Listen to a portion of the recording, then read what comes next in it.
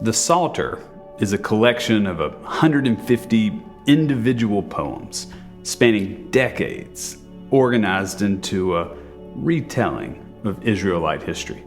And the more you read the Psalms, the more you realize how masterfully crafted they are in telling of a trajectory, a framework for how not only the Israelites understand God, but how we can too. Scholars divide the Psalms into two major categories, and then there are four minor ones. Knowing these distinctions really help in understanding what it is you're reading. So let's start with the two major categories. You're either reading a psalm of praise or a psalm of lament, and both have caveats. The psalm of praise, it can be either individual or communal. The individual ones, they just have a singular voice, like in Psalm 30. I will extol you, O Lord, for you have drawn me up. Or famously in Psalm 23, the Lord is my shepherd. I shall not want.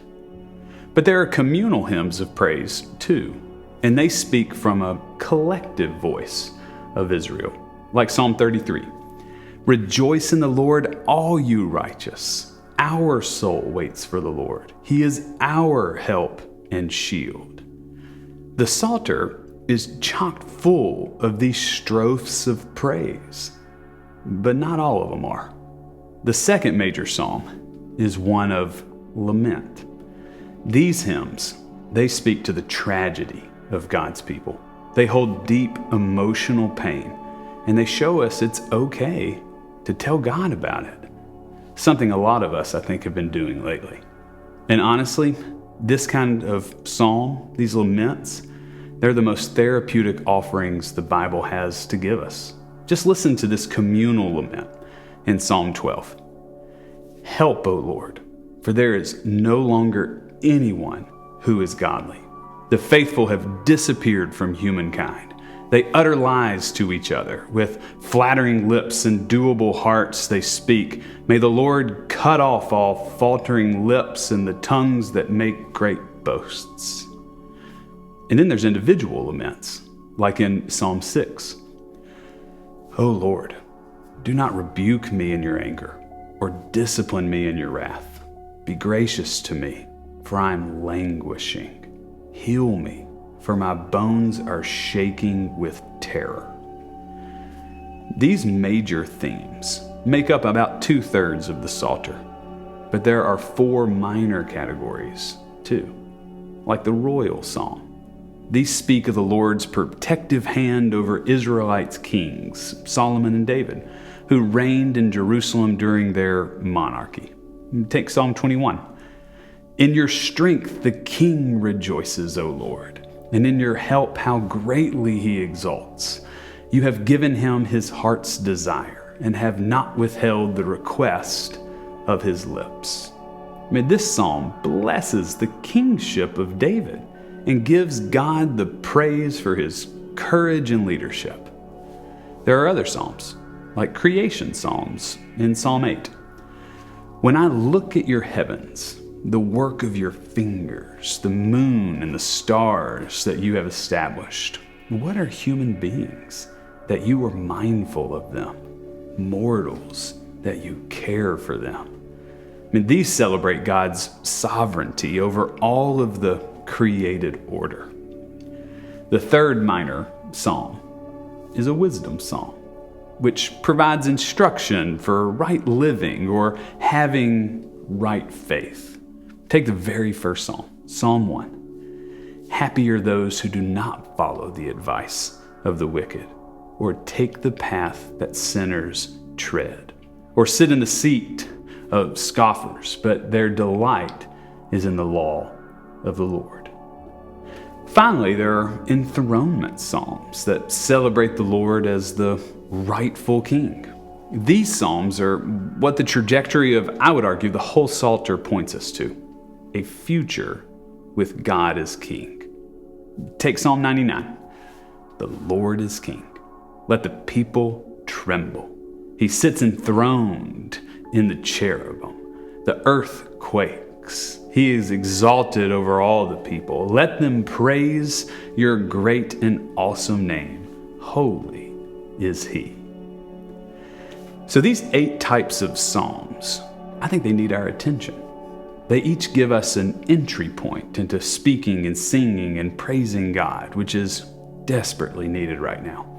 And if this was all we knew about the Psalms, it is enough. It's cool in and of itself, but there is a lot more. There's an arc to the story that's being told. The Psalter is collected into what scholars argue 5 different books. And the order of these collections is what I think is so fascinating. It's a history lesson of the Israelite people, and each collection ends with a doxology. Book 1 is Psalm 1 through 41. It's the golden age of the Israelites and the coming of age of King David. David's mastering his craft and learning how to be a man after God's own heart. And Book 1 is full of uplifting thoughts from King David, like Psalm 23.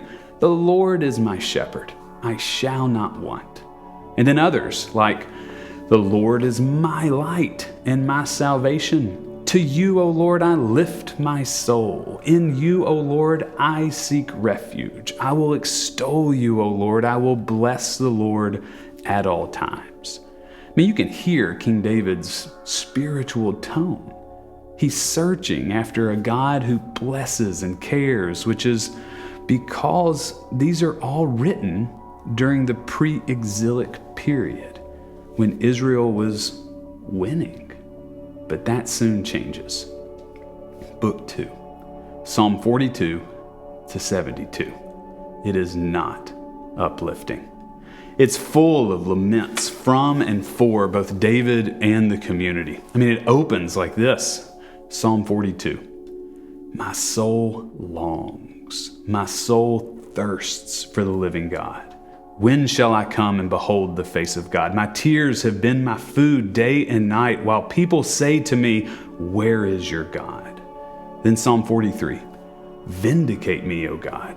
Defend my cause against an ungodly people, from those who were deceitful and unjust. Deliver me.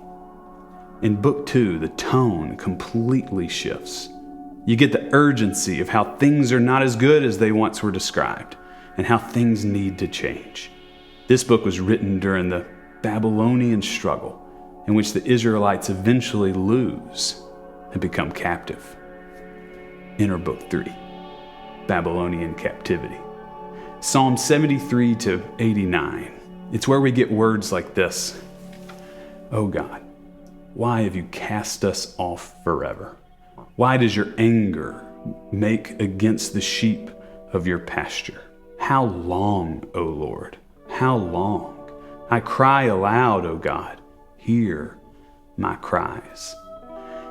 This book is deeply gutted with pain and regret. Yet even in the midst of pain, Book 3 is also where we get things like Psalm 84. How lovely is your dwelling place, O Lord, for one day in your courts is better than 1,000 elsewhere. Book 3 reminds us that even in the face of fear, which we're surely going to have, our God will be faithful. Even in the face of uncertainty, our God will be with us. Book 4 is written after the fall of Israel, and it's Psalm 90 to 106. The collective consciousness of the Israelites is wrestling with the fact that David's kingship didn't last. But God's kingdom is coming, and it will last. It's here you get words like Psalm 93. I will sing to the Lord as long as I live, for the Lord is king. He is robed in majesty. There's a categorical shift in language here in Book 4. The kings of the earth pale in comparison to the kingship of God. It's here where we start to get those enthronement hymns, reminding us that the earthly kingdoms will fail, but God's kingdom will reign victorious. Book 5. It is all about the response to God's enthronement. It's Psalm 107 to 150. The tone changes again from what God has done for and to Israel to what God is coming to do. It's future-oriented. Book 5 people, they look into the future and believe in their bones and in their spirits that despite their fears, God's kingdom is coming. Despite their trials, God's future is arriving. And one day in this new court that's coming, it's going to be better than 1,000 elsewhere. This is amazing, isn't it? This is what the Psalter gives us today. It's a historical theology that stares into the face of distress and fear and says, I'll give thanks to the Lord, for he is good. His love endures forever. And this is what speaks to us today. Even in our hard times, we can give thanks to the Lord, for he is good. His love endures forever. Even in the midst of uncertainty, we give thanks to the Lord, for he is good. His love endures forever. Even in the face of evil, we give thanks to the Lord, for he is good. His love endures forever. Even when hope seems lost, we give thanks to the Lord, for he is good.